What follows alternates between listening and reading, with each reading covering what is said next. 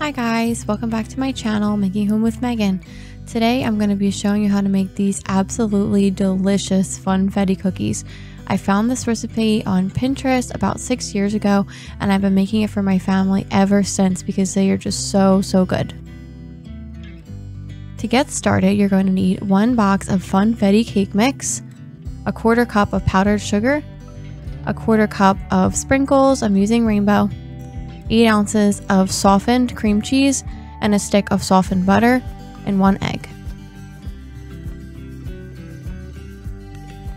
The first thing you're going to want to do is beat together your cream cheese and your butter until it looks something like this. Then you're going to add in your egg and repeat the same step.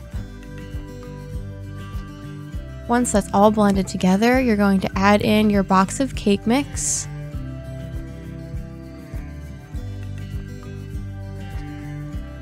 And then you're going to add in your 1/4 cup of sprinkles.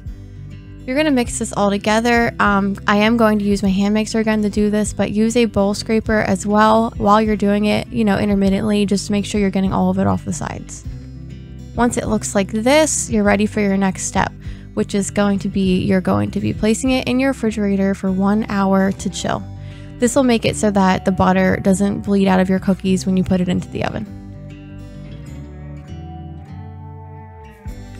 Alright, my dough is chilled. I'm going to make round balls and put them in this powdered sugar and then place them on my cookie sheet.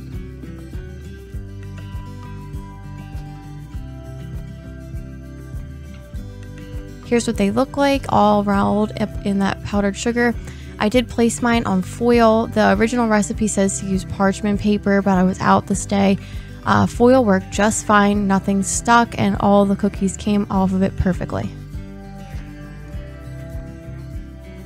Here's what they look like, fresh out of the oven. They smell so yummy.